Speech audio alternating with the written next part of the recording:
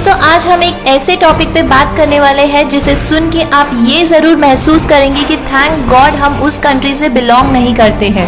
हर country का अपना एक कल्चर और ट्रेडिशन होता है जिसकी वजह से वो यूनिक बनता है, पर कुछ कंट्रीज ऐसी भी होती है जो बहुत ही अजीब और डरावने ट्रेडिशंस फॉलो करते हैं, और अगर आप उस ट्रेडिशन के बारे में सुनेंगे तो आप दंग रह जाएंगे। जीभ काटना ये एक एंशिएंट एशियन ट्रेडिशन है। इस ट्रेडिशन में जवान लड़कियों को बहुत खूबसूरत कपड़े दिए जाते हैं और उन्हें उन कपड़ों में तैयार होके आने के लिए कहा जाता है। जब वो उन कपड़ों में तैयार होके आती है तो उन्हें टेबल पे लेटाया जाता है। उस वक्त पूरा गांव इकट्ठा होता है। जब वो टेबल पे लेटती है तो उस लड़की की जीभ की टिप काट दी जाती है। गांव वालों का ये मानना है कि ऐसा करने से उस जवान लड़की को एक दिन खुशहाल शादीशुदा जिंदगी मिलेगी। उंगलियां काटना ये ट्रेडिशन पापुआ इंडोनेशिया में फॉलो किया जाता है। इस ट्रेडिशन में पति के मर जाने के बाद पत्नी की सारी उंगलियां आधी आधी काट दी जाती है। उनका मानना है कि ऐसा करने से पति की आत्मा को शांति मिलती है और ऐसा करने से पति के जाने पर पत्नी को कितना दुख हुआ ये भी दर्शाता है। हड्डियों और अस्थियों का सूप पीना ये ट्रेडिशन ब्राजील और वेनेजुएला में फॉलो किया जाता है।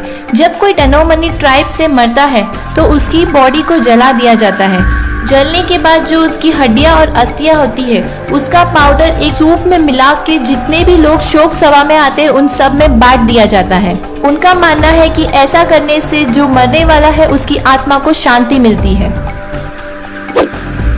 दुल्हन का अपहरण नाम से ही पता चलता है कि ये एक क्रिमिनल एक्टिविटी है और हर जगह बैन है, पर रोमानी में ये सदियों से चलता आ रहा है।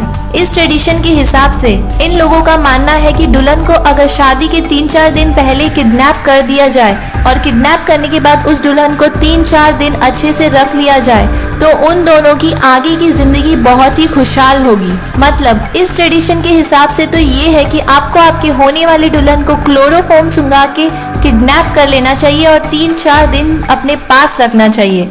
उससे आप दोनों की शादीशुदा जिंदगी बहुत ही खुशहाल होगी।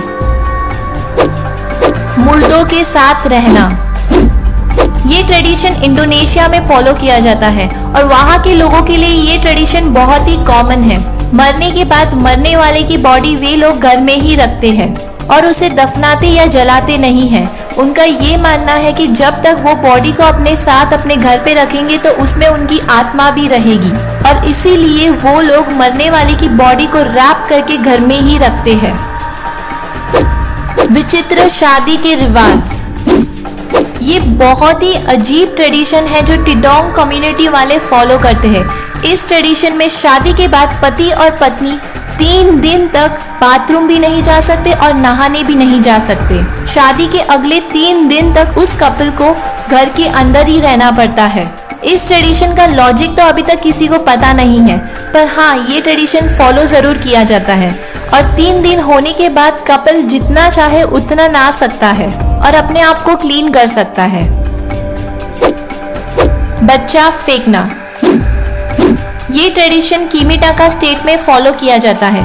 इस ट्रेडिशन में एक पंडित छोटे से बच्चे को 30 फीट की ऊंचाई से नीचे फेंक देता है। नीचे बहुत सारी क्राउड खड़ी रहती है जो बच्चे को या तो टॉवल में या तो ब्लैंकेट में पकड़ने के लिए खड़ी रहती है। जब बच्चा नीचे आता है तो सब लोग उसे छूकर आशीर्वाद लेते हैं बच्चा माँ की गोद में जाने के पहले। क्राउड में जितने भी लोग खड़े होते हैं उनको उस बच्चे को छूने की इजाजत होती है। वहाँ के लोगों का ये मानना है कि ऐसा करने से बच्चा बलवान होता है, परिवार के लिए सुख और संपत्ति लाता है और जितने भी लोग उस बच्चे को छूते हैं उनके भी नसीब चमक जाते हैं। इंडिया में पियर्सिंग करने की प्रथा ये बहुत ही अजीब प्रथा फॉलो करते हैं हिंदू लोग अपने भगवान को खुश करने के लिए। इस प्रथा में वे लोग अपने बहुत सारे बॉडी पार्ट्स पे पियर्सिंग करवाते हैं, कान, नाक, मुंह, यहाँ तक कि जीभ पर भी। ये कस्टम हिंदू थाइपुज्म में फॉलो किया जाता है। पैर बांधना ये ट्रेडिशन चाइना में फॉलो किया जाता था। जवान लड़कियों के पैर बांध दिए जाते थे और ये बहुत ही पेनफुल प्रोसेस है जो हर लड़की को कंपल्सरीली करना ही पड़ता था। करीबन 1000 सालों तक चाइनीज को यही लगा कि छोटे पाँव बेहद खूबसूरत लगते हैं, इसीलिए उन्होंने ये ट्रेडिशन फॉलो किया। पर इसकी वजह से चाइना की लड़कियों को बहुत सारा दर्द सहना पड़ा।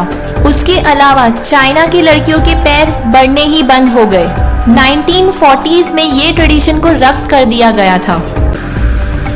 गाल पियर्सिंग, ये एक्टिविटी थाईलैंड में होने वाले फुकेट वेजिटेरियन फेस्टिवल में होता है। इस फेस्टिवल को वहाँ के लोग बहुत धूमधाम से मनाते हैं। इस फेस्टिवल में खाने के लिए बहुत सारे पकवान होते हैं और वे लोग आत्माओं को बुलाते हैं और उनका मानना है कि जब उनके अंदर कोई आता है तो ये एक्टिविटी खुद बे खुद हो जाती है। वे लोग मेटल बार को लेके एक गाल से डाल के दूसरे गाल से निकालते हैं और उनका मानना है कि ऐसा करने से उनकी जिंदगी के सारे दुख चले जाएंगे। ओके गाइस, तो आज के लिए बस इतना ही। आई होप आपको हमारा ये वीडियो पसंद आया। अगर आपको हमारा ये वीडियो पसंद आया तो प्लीज़ लाइक, शेयर और सब्सक्राइब कीजिएगा। Thank you.